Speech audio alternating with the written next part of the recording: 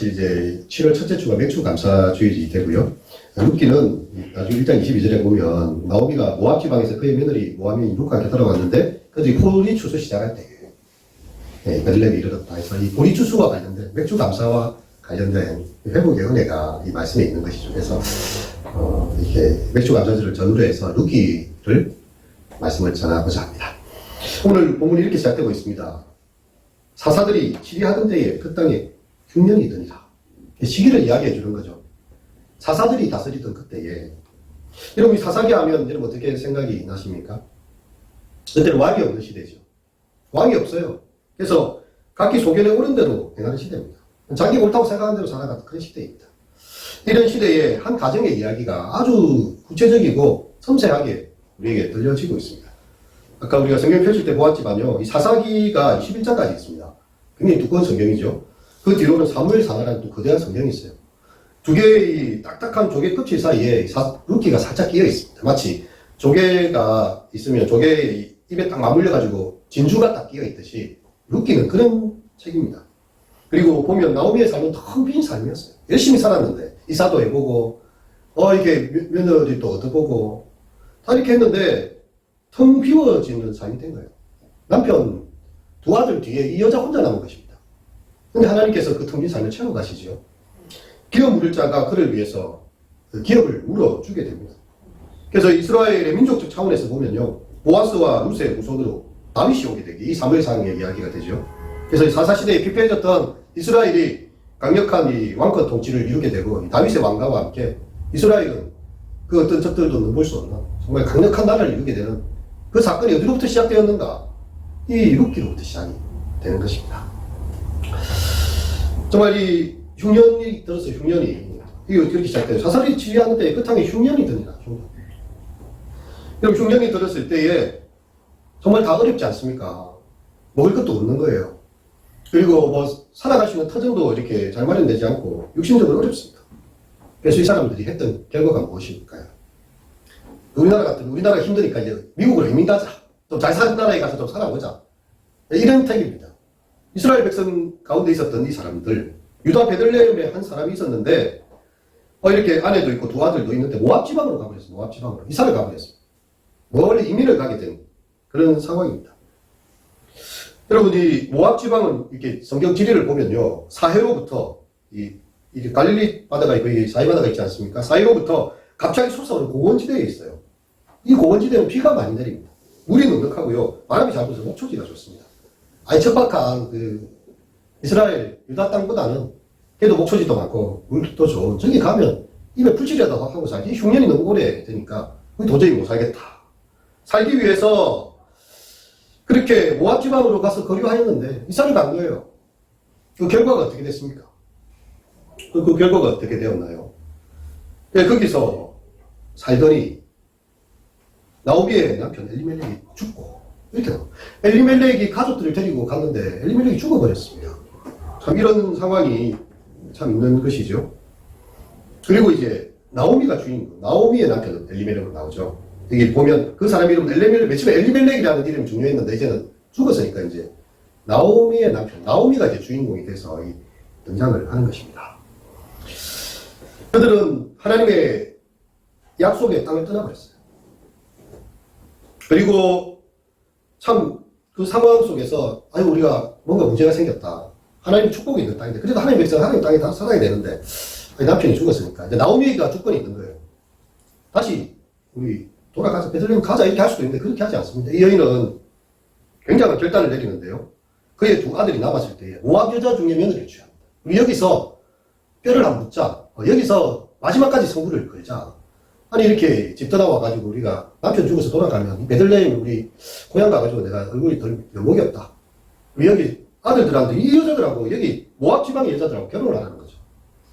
이것도 나오미의 강단이 보통 강단이 아니지요. 어쨌든 그런 상황에서 여인들이 아들들을 취함으로써 더 있게 됩니다. 더 있게 됩니다. 10년이나 지납니다. 여기 보니까 나와 있잖아요. 거주한 지 10년쯤에 4월 4절 맞았죠. 10년이나 더 살아요. 근데 그 결과가 어땠습니까? 5절 읽겠습니다. 시작. 말론과 기룡 두 사람이 다 죽고 그 여인은 두 아들과 남편의 뒤에 남았다. 자기 고집을 세우고 했는데 아들 둘이 다 죽었어요. 다 죽고 이제 이 여인은 남편 먼저 보내고 아들까지 다 보내고 혼자 남은 여자. 나이도 먹고요. 이런 상황에 그렇게 됩니다. 이 말씀은 우리에게 여러 가지들을 시사하고 생각하게 합니다. 우리는 과연 무엇 때문에 이사를 하고 무엇 때문에 움직이는 사람인가? 엘리멜렉의 가정은요, 이 흉년을 피해서 간 거예요. 가정의 형편이 힘들기 때문에 이 경제적 상황 때문에 이사를 가버린 것입니다. 근데 사실 하나님의 백성들은 약속의 땅에 살도록 하나님께서 말씀하셨거든요. 근데 흉년이 오니까 약속의 땅이고 뭐고 필요 없고 일단 우리 먹고 살아야 되겠다. 저기 목초지가 있는데 왜 우리가 이렇게 힘들게 푸시도 못하고 살겠느냐. 가자. 엘리멜렉과 함께 다 온 가족이 그냥 떠나버렸던 것입니다. 지명기 11장 12절에 보면 하나님께서 이렇게 말씀하십니다. 너희가 건너가서 얻을 땅은 산과 골짜기가 있어서 하늘에서 내리는 비를 흡수하는 땅이에요. 내 하나님 여호와께서 권고하시는 땅이라 새초부터 새발까지 내 하나님 여호와의 눈이 항상 그 위에 있느니라. 이렇게 말했어요. 이 팔레스타인 땅은요, 산과 골짜기가 많아가지고 물을 다 흡수해버리는 곳이. 큰 강이 없습니다. 요단강도 이렇게 그렇게 계절천이 돼가지고 비가 많이 오면 쫙 이렇게 불지만 작을 때는 그냥 개천처럼 이렇게 흐르는 그런 강이죠. 그리고 이집트나 메소포타미아는 어떻습니까? 이집트는 나일강이 젖줄에서 흐릅니다. 광활한 대지가 있어요. 메소포타미아는요, 티그리스와 유프레스 강이 두 개나 흐르고 있어요. 그런 강들에는 그런 풍요로움이 있는 것이죠. 이제 산과 골짜기의 땅인 팔레스타인은요, 비가 내리지 않으면 모든 것이 말라 비틀어지는 땅입니다. 그래서 하나님께서 이 팔레스타인 땅에서 비를 통해서요, 복과 저주로 사용하셔서 하나님의 백성들을 가르치는 그런 땅이었죠. 하나님께 순종하면 이렇게 비를 많이 주십니다. 하나님께 자꾸만 이렇게 우상 숭배하면 하나님께서 비를 그치게 오고, 엘리야 시대에 보면 3년 6개월 동안 비가 안 오니까 난리가 나지 않습니까? 하나님께서 비를 안 주시면 살 수가 없는 것이, 하나님의 은혜에만 전적으로 의지해 살아야 되는 것이 바로 척박한 땅, 팔레스타인이 되는 것입니다. 하나님의 땅에 흉년이 들었다. 우리는 정확하게 잘 모르겠지만 사사시대에 행하는 하나님의 일들을 보면요, 하나님을 섬기지 못했을 때는 하나님께서 흉년을 주시는 거예요. 근데 엘리멜렉 가족이 예루살렘 베들레헴을 등지고 풍요로운 걸 쫓아서 모압 땅으로 갔다. 이것은 하나님의 뜻이라 할 수 있겠는가? 그냥 먹고 사는 문제 때문에 집도 버리고 교회도 버리고 필요 없는 거예요. 내부터 먹고 사는 우리 가족도 살아야 된다. 그냥 이상한 겁니다. 그 이유가 분명해요. 흉년이 드니라. 그 흉년이라는 형편 때문에 우리로 말하면 있던 교회도 떠나는 거죠. 그렇게 된 그런 상황이 된 것입니다. 그들은 베들레헴 등지고 풍요를 쫓아 갔지만 결국 엘리멜렉의 가정에 내려진 것은 남편의 죽음, 두 아들의 죽음. 그리고 이것을 왜 이렇게 보는가 하면요, 아까 우리 3절 4절에 보면 여호와의 손이 나를 치셨으므로 하나님께서 벌을 내리셨다는 걸 나오면 알고 있어요. 내가 그때 남편 죽었을 때 다시 베들레헴 가서 예배드리고, 이 모압 땅은 우상을 섬기는 땅이, 여기서 하나님께 예배드리는 사람이 없습니다. 여기서 여호와의 장막도 없고요, 제사장이나 아무도 없습니다. 거기는 그냥 자기 살고 싶은 대로 우상 섬기며 사는 땅에 이 믿음의 가족이 가버린 거죠. 먹고 살기 위해서. 먹고 살기 위해서 가는 데 대해서 사람들이 뭐라고 말하겠습니까? 하지만 사실은 이스라엘 백성들, 하나님의 백성들은요, 약속의 땅에서 성물을 그려야 돼요. 정말 하나님께서 복을 주시면 주시는 것인데, 이 엘리멜렉의 가정은 그런 아픔을 보고 있습니다. 정말 너무 아픈 자리죠. 우리 삶에 문제가 생길 때 우리는 주님을 피해서 다른 곳으로 가고 싶어 하지 않습니까? 내가 수십 년 동안 이 교회를 섬겼는데 뭐 되는 게 하나도 없네. 딴 데 가야 되겠다. 이런 사람들이 있을 수 있다는 거죠. 근데 어렵지만 하나님께서 반드시 여기에 복을 주실 것이다. 지금은 당장에 보이지 않더라도 하나님께서 약속하시고 나의 신앙이 시작된 것이고, 내가 우리 자녀들을 키워야 되는 것이고, 뭐 가정 형편 따라서 내가 아무 데나 가겠는가? 이사를 아무 데나 할 수 없지. 그게 버티는 사람이 있고, 이 두 종류가 나타나는 거죠. 그리고 우리의 삶의 잣대는 내 상황입니까? 아니면 하나님의 약속에 대한 믿음입니까? 그리고 이 고난이라는 것은 때때로 우리에게 많은 힘든 것을 가져다 줍니다. 근데 어떻게 보면 더 큰 사고를 막게 만드는 경고의 메시지일 수도 있습니다. 정말 남편의 죽음이라는 것은 한 가정의 제일 큰 사건이잖아요. 가장이 죽었어요. 이제 가정의 주도권은 나오미에게 넘어왔습니다. 만일 나오미가 그 상황에서 우리가 이렇게 모압으로 온 것이 뭔가 좀 잘못된 것, 단추를 잘못 낀 것은 아닐까, 뭔가 좀 생각하는 그 혹상이 있었더라면, 우리 더 늦기 전에 빨리 다시 베들레헴 가서 하나님을 예배하자. 우리 여기 있으면 예배도 안 드려지고 그냥 이거 먹고 사는 문제에만 더 매달리는데 이거 안 되겠다. 이렇게 생각할 수 있잖아요. 근데 그녀는 도리어 남편의 시신을 묻었겠다. 모압에 묻었겠죠. 결코 한 걸음도 물러설 수 없다는 그런 생각으로 두 아들을 모압 여자를 만나서 결혼시켜버려. 이 땅에서 선거를 보자 이거죠. 이 땅에서. 율법에 보면 이 이스라엘 백성들은 가나안 여인과의 혼례를 금지했습니다. 그렇다고 해서 모압 여인과 결혼하지 말라 이런 말은 없어요. 가나안하고 모압은 이 종족이 조금 다릅니다. 하지만 유다 사람들이 모압 여인과 결혼했다는 것이 율법을 문자적으로 범하지는 않았더라도 뭔가 이제 신앙의 사람을 꼭 만나기보다 이방의 그 우상성의 사람을 만나면 남자가 여자 말 듣지 않겠습니까? 하나님만 숨기고 이렇게 있던 사람이 갑자기 이제 안 믿는 여자를 만나니까 뭘 그리 교회를 가서 11조를 해야 되고 우리 힘들어 죽겠는데 뭘 그리 말씀을 지키고 하느냐. 우리가 열심히 살면 되지. 이렇게 하면 남자들이 맥을 못 추죠, 사실은. 그죠? 아무리 강한 남자도 여자들 앞에 맥을 추지 못합니다. 그래서 이렇게 이방 여인과 결혼을 하지 말라 이것은 다른 말이 아니고요. 우상 숭배하지 않고 신앙에서 떠나지 말라는 하나님의 공고인데 모압 여인까지는 이렇게 언급을 안 했지만 사실 엄격하게 또 따져보면 또 그렇게까지 했어야 됐나 이렇게 생각을 하게 됩니다. 여러분 우리가 정말 하나님을 떠난 것 자체가 우리에게 잘못이 되는 거예요. 근데 스스로 자신을 이렇게 다독거리면서 아니한다고 해서 그 문제가 해결되지 않습니다. 우리 삶의 고난들이 찾아왔을 때 하나님께서 내게 이런 어려움을 주셨을까? 그 까닭을 다 알 수는 없습니다. 100% 다 이해도 될 수 없어요. 하지만 혹시 하나님께서 뭔가 내 삶에 뭔가 돌이키라고 하시는 것은 아닐까? 이게 스스로 묵상할 수밖에 없는 거죠. 더 큰 불행을 막을 수 있는 그런 퓨저처럼 거죠. 우리가 전기가 나갈 때 퓨저가 탁 나가버린 거는 전기가 지금 과부하됐기 때문에 불이 나지 않도록 끊어버린 거예요. 그러면 어떻게 해야 됩니까? 무슨 여기가 전기가 너무 많이 쓰이면 어떻게 해요? 불이 안 났다는 게 다행한 거죠. 퓨저가 나간 거는 불을 끄게 만드는 역할이에요. 그때 이제 고민을 하면서 뭔가 잘못된 걸 찾아야 되는 거죠. 근데 그걸 다시 이어가지고 무조건 불을 지피면 사고가 납니다. 사고가. 이 고난을 통해서라도 하나님은 자기 백성들이 뭔가 주님의 음성을 듣고 평상시에 잘 나갈 때는 사실 사람들이 그 길로 쭉 갑니다. 근데 뭔가 부딪힐 때 고민하는 거예요. 뭔가 내가 잘못됐던가. 내가 하는 운동을 하는 사람도요. 운동 열심히 하다가 갑자기 디스크가 와요. 운동 열심히 했는데 왜 그렇지? 딱 가서 보면 운동하는 자세가 틀린 거예요. 운동을 해가지고 더 병이 생긴 사람들도 있습니다. 정말 20대처럼 내가 열심히 해야 되는데 근육에 무리가 가가지고 막 이렇게 고관절이 상한 사람들도 있고요. 운동을 한다고 되는 게 아니에요. 아프면 의사 찾아가서 내 운동하는 방식이 맞는 건지 지금 이 나이와 이 시기에 맞는 운동인지를 찾아봐야 되지 않습니까? 무조건 운동이 안 되는 거예요. 우리 삶의 문제는요. 우리에게 질문해라는 거죠. 내가 정말 살아가는 게 바른 길을 걷고 있는 것인가? 무엇인가라고 우리는 질문해야 되는 것입니다. 룻기 1장에서 1절에서 5절 아까 읽었지만 너무 짧은 구절이잖아요. 세 번의 비극이 벌어졌습니다. 처음에 흉년이 벌어졌고요. 두 번째 남편이 죽었고요. 10년이 지나게 무섭게 두 아들이 죽었고요.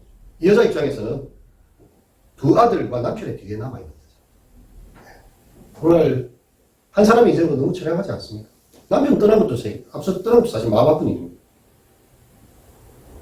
저희 장모님도 이렇게 갑작스럽게 장인어른 돌아가시고 하고 나서 건강하시다가 이렇게 사고로 이제 갑작스럽게 부르심을 받았거든요. 근데 이게 그날만 되면 그냥 마음이 알이 돼요. 이렇게 이제 신랑 진짜 가서 옷을 먹고 이제 낙골당에 가시면 그게 어떻게 마음이 아픈가 이렇게 이야기하죠. 남편만 가도 그렇다는 거죠. 그 남편 얼마나 어지럽겠어요. 이사를 오면서 모든 것을 결단하고 남편 믿고 왔는데 남편이 죽었어요. 그까지 이해합니다. 그 두 아들까지 다 죽었어요. 다 죽었어요. 그럼 이게 어찌 작은 일이라 하겠습니까? 집에 남은 사람은 나오미하고 며느리 두 사람 여자들밖에 없어요. 이 집에. 어떻게 이런 일이 한 집안에 짧은 5절 안에 다 일어날 수 있는가 하는 질문을 우리는 던지게 됩니다. 그리고 이 예전의 사회는 가부장적 사회예요. 늙은 여인이 남편도 없고 아들도 없이 홀로 남았다. 정말 그의 삶에 소망이 다 사라진 상황입니다. 이 고난을 당할 때에 드디어 나오미는 돌아가게 됩니다. 아들이 죽고 나니까 여기 있을 곳이 아니라는 거예요. 그래서 우리가 이 말씀을 6절 읽겠습니다. 시작. 그 여인이 모압에서 여호와께서 자기 백성을 돌보시사 그들에게 양식을 주셨다함을 듣고 이에 두 며느리와 함께 일어나 모압 지방에서 돌아오려 하여 이렇게 나오죠. 예. 자, 이 고난을 당하는데 자기들이 흉년을 피해서 왔는데 베들레헴과 유다 지방에 양식이 있대요. 양식은 도리어 하나님이 모압에서 주신 게 아니라 저 자기가 떠나왔던 그 베들레헴 여호와께서 자기 백성을 돌아보시사 그들에게 양식을 주셨다. 이 소문이 들려오는 것입니다. 우리 지금까지 뭐하고 있었나 내가. 그래서 이 두 며느리한테 이야기합니다. 가자 우리 모압에서 이제 우리 저기 베들레헴 그 땅으로 가자. 이렇게 이야기를 하는 것입니다. 하나님의 권고하심이 등장하고 있어요. 하나님의 땅에 하나님께서 찾아오셔서 그 백성들을 권고하사 그냥 우연히 생긴 양식이 아닙니다. 하나님께서 그들을 돌아보셨기 때문에 양식을 주셨다고 이렇게는 이야기하고 있습니다. 그래서 그들에게 양식을 주셨다. 하나님의 권고하심, 하나님께서 그들에게 채워주시는 그 소식을 듣게 된 거죠. 엘리멜렉이 베들레헴 떠난 것은 흉년과 기근 때문이었는데 모압에서 그 가정은 진정한 기근을 맞았고요. 도리어 베들레헴에 양식이 있는 이런 아이러니한 상황이 벌어지게 된 것입니다. 나오미는 결단하는 거죠. 다시 돌아가자. 이제 나는 더 이상 모압에 있을 사람이 아니구나. 근데 고향으로 가려고 하니까 남은 게 과부된 자신과 이 두 며느리밖에 없습니다. 10년이 넘어서야 고향을 다시 찾게 되는 이 상황이 되는 것인데요. 이 자신의 모습을 참 돌아보게 되는 거죠. 하나님은 자기의 백성들을 권고하시는 분입니다. 여호와께서 자기 백성을 돌아보시사 그들에게 양식을 주시고 우리에게 잠시의 고난이 있지만 하나님께서 그 백성들을 영원히 버리지 않습니다. 아멘. 현재의 고난은 장차 나타날 영광에 좋게 비교할 수가 없도다. 하나님의 백성들도 힘든 시간을 지나요. 하지만 영원히 힘들게 하시지는 않습니다. 잠깐 고난을 받는 너희를 친히 온전케 하시고 굳게 하시고 도우시는 하나님이라고 말씀하시지 않습니까? 다시금 은총의 햇살을 비춰주시고 은총의 비를 내려주시고 이유는 그거예요. 하나님의 백성이 하나님께서 자기 백성을 돌보는 것입니다. 그래서 이제 나오미는 하나님이 돌아보시사 그것을 위해 양식이 있다는 사실을 듣고서 드디어 깨달은 거예요. 그래 내가 모압 사람이 아니지. 내가 베들레헴 사람이고 유다 사람이지 하나님의 백성이지. 돌아가자. 여러분 우리가 자신의 판단의 기준과 이 보이는 양식에 우리의 삶의 기준을 둘 것이 아니라 보이지 않지만 우리에게 복을 주시기도 하고 화를 내주시기도 하고 높이시기도 하고 낮추기도 하고 양식을 주시기도 하고 빼앗기도 하고 우리의 생사화복 살아가는 것과 죽는 것과 화와 복이 다 하나님께 있음을 믿고요. 하나님께 붙어 있으면 되는 거예요. 아멘. 근데 이게 참 쉽지가 않죠. 근데 그게 믿음입니다. 지금 당장 너무 좀 배고프고 힘들더라도 조금만 넘겨보자. 보릿고개 넘어가듯이. 이 맥주감사절은 우리나라 사람하고 이스라엘 백성만 지키거든요. 세계에 그 많은 나라가 있는데 기독교를 잘 믿는 나라도 많은데요. 우리 한국 사람들은 보릿고개를 지났잖아요. 그러면서 이렇게 정말 그 힘든 아해야 뛰지 마라. 배 꺼질라. 보릿고개. 노래 알지 않습니까? 뛰지도 말라는 거예요. 지금 배 꺼지라고 지금 배고프면 어떻게 하려고 가만히 있어라. 노래로 이렇게 만들게 되는데 그만큼 그 어려운 시기에 보리 주스를 기다리면서 사람들은 보리 양식이 되어졌을 때요. 이 맥주절을 생각하면서 우리 한국 사람들이 맥주절을 잘 지킵니다. 이스라엘 사람들하고 우리나라 사람밖에 안 지켜요. 그러니까 얼마나 이 한국 사람들이 모든 것을 다 하나님 은혜를 생각한다는 거죠. 이 어려운 시대를 우리 지났는데 우리가 어찌 감사하지 않을 수 있을까? 미국 사람들 맥주 감사절 안 지킵니다. 추수 감사절 땡스기빙데이 그것만 지켜요. 그 미국 사람들 청교도들이 세운 미국도요. 이스라엘 사람들은 맥주절을 지킵니다. 성경에 기록된 한국 사람 지켜요. 정말 어려운 시절에 하나님께서 우리로 살아남게 하셨다는 거죠. 그렇게 해서 우리가 특별한 맥주 감사절을 우리 한국 사람들에게 있어서 어려운 보릿고개 시절을 지나면서 은혜 주신 것을 감사함으로 이렇게 하게 되는 것입니다. 아멘. 나오미 가다가 두 자부가 따라오는 거 보니까 참 마음이 아팠어요. 이 사람들은 모압 여자들인데 또 베들레헴 가가지고 또 어떻게 될 것인가. 이방 땅에서 나오는 늙은 과부 나오미를 진정으로 괴롭힌 것은 그냥 단순히 비극이 일어났다는 것이 아닙니다. 앞날에 대해서 막연한 두려움도 아니에요. 하나님이 자신을 치셨다는 거예요. 하나님께서 자기를 치시고 화를 당하게 하셨다는 거죠. 나중에 보면 본문에 보면요. 사람들이 돌아오니까 나오미다 이렇게 불러요. 오랜만에 한 10년 넘게 이 나오미가 돌아온 거예요. 얘한테 나오미라고 불러요. 나오미는 기쁨이라는 뜻 아닙니까? 나를 나오미라 부르지 말고 마라라고 불러라. 이는 전능자가 나를 심히 괴롭게 하셨다. 이렇게 하나님이 자기를 괴롭히셨다는 거예요. 자기는 하나님께 맞았다는 것을 인식하고 있습니다. 하나님께서 나를 치셨는데 너는 어찌 나를 행복하고 이렇게 즐거운 자라고 부르는데 나는 쓴물이다. 나는 고통이다. 내 이름을 마라라고 불러라. 나오미 이름 부르지 마라. 전능자의 손이 나를 치시고 나를 괴롭게 하셨는데 어떻게 그렇게 부르냐. 나오미 속에 깊은 죄책감이 있는 거예요. 아 내가 그때 돌아갔어야 되는데 내가 다 자초한 죄고 하나님 나를 이렇게 때리셨다. 이런 말입니다. 나오미는 슬퍼요. 하나님 앞에 자기가 잘못했는데 그 자신의 부양의 짐을 두 며느리에게 지고 싶지 않습니다. 그래서 내 태에 자식도 없고 그 태에서 애가 나타나서 너희가 뭐 이 집안에 뭘 기대하냐. 모압에 젊은 남자들 많고 자식도 없는데 그냥 그 땅에 살아라. 굳이 낯선 땅에 또 와가지고 힘들게 살지 뭐. 나도 이렇게 이 방에 와서 살아보니까 말도 안 통하고 문화도 다르고 너무 힘든데 너희들도 힘들지 않겠느냐. 그냥 살아라. 다시 돌아가라. 이렇게 이야기합니다. 그때 오르바가 큰 며느리죠. 어머니께 입 맞추고 고향에 돌아가요. 그리고 오르바의 모습이 이상합니까? 남편 죽었어요. 어머니도 빈털터리예요. 자기 고향 돌아가요. 자기는 모압 땅에서 오랫동안 살았어요. 그럼 가는 게 당연한 거죠, 사실은. 인사하고 입 맞추고 돌아가는 게 당연합니다. 오르바의 그 행동에 비난할 이유가 없어요. 근데 이런 상황 속에서 룻의 태도가 너무 놀라운 거죠, 사실은. 이 모든 불행의 이야기를 다 듣고 시어머니를 따라 붙고 있는 거예요. 아멘. 그 룻은 뭔가 본 것 같아요. 자기가 사는 동네에서는 하나님 이야기를 들어본 적이 없어요. 말론과 기론 그리고 그 엘리멜렉의 집에서는요. 뭔가 이 가문에는 내가 알지 못하는 뭔가 신비로운 것이 있다. 이 가문의 섬기는 하나님은 자기는 모압 땅에서 떠나보지도 못한 하나님인데 여호와 하나님은 자기 백성의 땅에 과도 주시고 복도 주시고 내가 이 어머니를 따라가자. 내가 아무것도 없지만 시어머니 따라가자. 죽더라도 따라가자. 어머니의 아버지가 계속 나오잖아요. 어머니께서 가시는 곳에 나도 가고 어머니께서 머무시는 곳에 나도 머물고 어머니 백성 내 백성 되고 어머니 하나님 나의 하나님이 되고 하나님께서 어머니가 죽으시는 곳에 나도 죽고 묻힐 것이고 뭐 죽는 일 외에 어머니 떠나면 여호와께서 내게 벌을 내리시기로 한다. 뭐 이렇게까지 이야기하니까 룻을 데려갈 수밖에 없는 그런 상황입니다. 어쩌면 룻에게는요 아무런 기대가 없습니다. 그냥 늙은 어머니를 시어머니를 공양할 수밖에 없어요. 젊은 사람이 아이도 없고 아무것도 없는데 자기 가서 실컷 고생해야 될 고생길이 훤한 게 바로 이 베들레헴 행입니다. 룻에게는. 하지만 그는 나오미를 따라가기로 결정했어요. 그리고 이것이 바로 여호와의 인내의 모습, 헤세드를 보여주고 있는 거죠. 공부한 사람을 돌보기 위해서 자신의 미래와 자유까지도 젊음까지도 다 행개치고 잘 따라 나서겠다. 어머니가 그렇게 강경하게까지 이야기하니까 룻이 오는 걸 더 이상 막을 수가 없을 정도가 된 것이죠. 여러분, 우리 예수님께서 서리고 아픈 십자가 왜 지셨습니까? 서리고 아픈 십자가. 예수님 우리처럼 육체를 동일하게 가지신 분이었어요. 우리가 하나님의 아들로서 너무 예수님 생각하지만 우리가 동일한 육신을 가지신 분이었어요. 예수님도 못에 찔리면 아프신 분이고요. 사람들이 예수님을 배반하면 가슴이 쓰리신 분입니다. 예수님도 나사로의 무덤 앞에서 눈물 흘리신 분이시고요. 십자가 지는 것이 하나님 아들이니까 당연하다 싶으십니까? 당연한 게 아니에요. 예수님께서 선택한 십자가, 쓰리고 아픈 십자가 왜 지셨습니까? 죄인된 나를 구하려고 주신 거 아닙니까? 우리는 이웃들을 어떻게 대하고 있나요? 우리는 모두 뭐 나의 꿈이 중요하고 나의 권리가 중요하고 다 그렇지 않습니까? 하지만 이 룻의 마음을 보면 예수의 마음을 닮아 있는 거죠.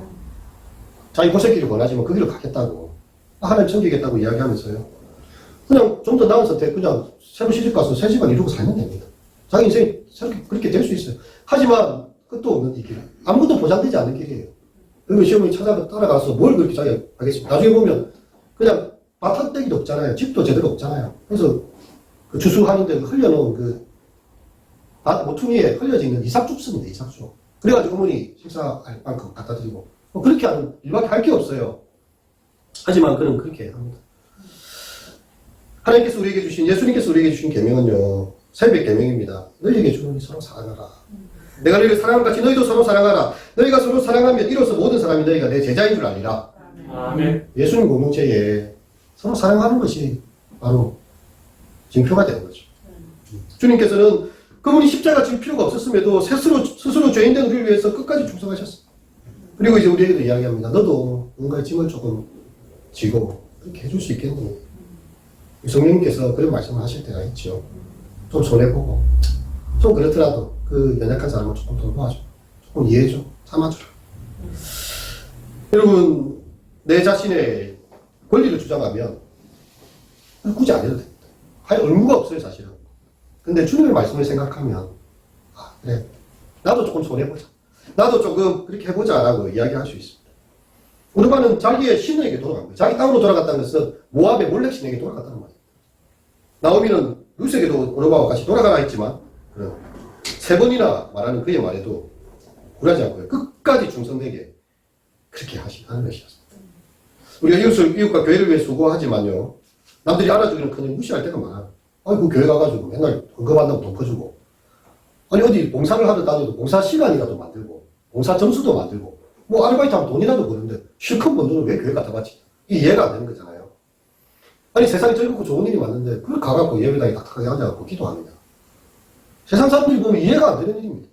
요즘처럼 좋은 시절이 없는데, 고시절이잖아요. 코로나 끝났다고 사람들이 여행 다니는 시대인데, 요즘은. 근데, 수요 예배 나와요. 새벽 기도 나와요. 금요 기도에 나와요. 여러분, 그거 정말 하나님을 사랑하는 마음, 교회를 사랑하는 마음, 그런 마음 없으면 나올 수 있겠습니까? 쉽지 않은 거예요. 여러분, 진짜 이게 작은 일 같지만요, 하나님께서 귀히 여기시는 일입니다. 네가 지금 집에서 편안하게 누워 있을 수 있죠. 피곤하잖아, 하루 종일 일하고. 금요일 저녁입니다. 내일 토요일이에요.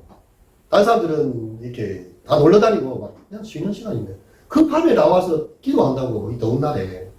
어려운 일입니다. 하지만 그 자리를 지키는 사람들이 있어요. 교회를 위해서, 가정을 위해서, 이 나라 민족을 위해서 기도하면서 그 자리를 지키는 사람들이 있습니다. 그것이 바로 이 헌신과 수고가 되는 것이죠. 여러분, 이 루스의 결단은 엄청난 결단입니다. 이것에 비견할 수 있는 구약의 사람은요, 아브라함입니다. 아브라함이 어떻게 했습니까? 하나님께서 했죠. 너는 내 본토 친척 아비 집을 떠나라. 그리고 내가 너에게 지시할 땅으로 가라. 근데 그 지시할 땅에는 축복이나 앞으로 어떻게 될지에 대한 구체적인 그림은 없어요. 하지만 하나님께서 너를 복의 통로로 삼으시겠다는 그 약속만 있을 뿐입니다. 보이는 게 아무것도 없어요. 본토 친척 아비 집에는 모든 게 다 있습니다. 하다못해 삼촌한테 돈이라도 꿀 수 있고요. 자기 조카하고 같이 해서 뭐 할 수도 있고, 뭐라도 할 수 있는 곳이 본토 친척 아비 집. 떠나라. 아브라함이 그 여정을 떠났습니다. 그 루스의 헌신은 어떻습니까? 본토 친척 아비 집을 떠난 거예요. 모압을 떠나고 자기의 신을 떠났어요. 아브라함처럼 오직 하나님, 이스라엘의 하나님, 어머니 하나님, 나의 하나님이 되고. 여러분, 이 아브라함이 비견할 만한 믿음이요. 이 루스에게 있었던 거죠. 아, 네. 우리가 너무 이제 낯선 주신으로 생각하니까 성경이 이제 아브라함과 이삭과 야곱 이렇게 쭉 가지만 사실은 이 루스의 여정은 엄청난 여정입니다. 자신의 삶을 결단하는 여정이었고 본토 친척 아비 집을 떠나는 것이 하나님께서 그를 귀히 여기셨죠. 저런 사람이 있구나. 그리고 그의 집에서 다윗의 왕가를 맡기셨어요. 이스라엘을 다스린 다윗의 왕가는 모압 여인 룻이 와서 만들었습니다. 우리가 마태복음 쭉 읽다 보면 모압 여인 룻이 등장해요. 하나님의 이 왕가를 만들고 그리스도의 족보가 만들어지는데 하나님께서 그 여인을 그냥 부르시지 않습니다. 그 헌신을 너무 귀히 여기셨다는 거예요. 아브라함으로 하여금 복의 근원되게 하셨던 거죠. 이 루스로 하여금 이스라엘 나라의 사무엘 상하와 다윗의 왕가와 마지막에는 그리스도의 계보가 만들어지는 일에 루스를 사용하시는 거죠. 그의 헌신을 다 기억하고 계시고 나중에 아기를 낳습니다. 오벳을 낳죠. 근데 사람들이 즐거워하죠. 그죠? 족보가 쫙 나와요. 새로운 족보가 만들어지고 지금까지 없었던 신앙의 족보가 만들어지면서요. 다윗의 아버지 이새의 이름이 등장합니다. 하나님께서 기억하신다는 거죠. 이제 시어머니와 며느리의 갈등은 다 마무리됐고 이제 그는 진정 하나님 앞에 돌아오게 되는데 모압에서 여호와께 돌아온 여인은요. 나오미가 아니라 누구다? 룻이야. 그래서 이것은 나오미서라고 되어 있지 않고 누구서라고 되어 있습니까? 룻기라고 되어 있어요. 룻이 이제 주인공으로 바뀌는 거예요. 룻 2장에서 4장에 보면요. 계속 이야기하면 룻을 향해서 모압에서 돌아온 여자다. 모압에서 돌아온 여인이다. 오르바처럼 자기의 길을 찾아가는 것이 너무나 당연한 것이지만 그 여인은 여호와께 돌아오지는 못했고요. 시어머니에게 충성하면서 시어머니에게 그 시어머니를 공략하기 위해서 그 젊은 여자가 그 남의 집에 가갖고 떨어진 이삭 주워 가가지고 하면서요. 어머니를 섬기는 그것이 자신의 삶을 다 잃어버린 것처럼 보여요. 청춘도 다 버린 것처럼 보여요. 하지만 여호와께 돌아온 것입니다. 여호와께 돌아왔고 하나님께서는 그를 가장 헛된 여인으로 만들어주시는 거죠. 사랑하는 성도 여러분, 우리의 삶에 여러 가지 어려움과 결단, 흉년과 공고함이 생길 때 우리는 무엇을 선택할 것입니까? 또한 우리가 뭔가 떠남과 남음의 자리에 있을 때 무엇을 보면 우리는 선택할 것입니까? 내 눈에 보기 좋은 대로 그냥 내게 이익이 되는 대로 사람들이 다 살지 않습니까? 요즘 자본주의 사회, 물질주의 사회는 다 그래요. 내한테 이익이 되느냐 안 되느냐 그게 중요한 거예요. 사람들이. 정말 이것이 진리냐 바른 길이냐 정의로운 일을 생각하지 않습니다. 내한테 도움되면 다 좋은 거예요. 그죠? 근데 모함여인 루스는요. 자기한테 하나도 도움 안 돼요. 사실은. 시어머니 그냥 내가 끝까지 모시고 가겠다는 그런 마음인데 그것이 바로 하나님을 향한 마음이었잖아요. 보이는 뭐 형제를 사랑하지 않고서 어떻게 보이지 않는 하나님을 사랑한다 할 수 있겠다. 내 곁에 연약한 자를 섬기고 그거 하는 거 그게 하나님 섬기는 거죠. 뭐 다른 게 섬기는 거겠습니까? 어려운 자들을 돌아보고 연약한 사람을 돌아보고 함께 있어주고 그렇게 할 때 우리 주님께서 그 여인을 돌보시고요. 복 주시고 은총을 주시는 것이죠. 그래서 우리가 정말 주님께서 우리의 삶을 다 살펴보고 계신 걸 알고 우리도 믿음의 결단, 신앙의 결단을 하실 수 있는 우리 모든 성도님들 되시기를 축원드립니다. 기도하도록 하겠습니다. 그들이 소리를 높여 다시 울더니 오르바는 그의 시어머니에게 입맞추되 룻은 그를 붙잡더라. 하나님, 참 우리가 많은 상황들이 어디를 떠날 것인지 남을 것인지 있을 것인지 또 가야 하는지 결단해야 되는 순간이 있습니다. 우리의 가치관이 보여지는 자리고 우리에게 무엇이 중요한지를 보여지는 자리입니다. 때때로 우리가 손해보는 것 같고 우리가 때때로 참 무명한 자 같고 참 그렇지만 믿음의 자리를 끝까지 지키고 신앙의 길을 따라서 본토친척 아비집을 떠났던 룻처럼 정말 주님께 나오는 이 여인의 모습을 하나님 기억하셨고 룻기라는 이 귀한 말씀을 주셨고 그리스도의 족보 다윗 왕과의 족보를 만드는 일에 이 룻을 사용하셨습니다. 우리 연약한 인생 정말 주님을 향한 마음을 지키고 교회를 섬기고 외롭고 힘들고 사람들이 알아주지 않는다 할지라도 끝까지 주의 길을 가는 자들 경고하여 흔들리지 말며 주의 일에 더욱 힘쓰는 자들이 되라. 이는 너희 수고가 주 안에서 헛되지 아니한 줄 알미니라. 우리의 헛되지 않는 그런 주님께서 기억하심을 믿고 주님의 모든 교회를 사랑하고 이웃들을 사랑하고 주의 뜻을 따라 행하는 우리 귀한 성도들 다 되게 하여 주시옵소서. 예수님의 이름으로 기도드립니다.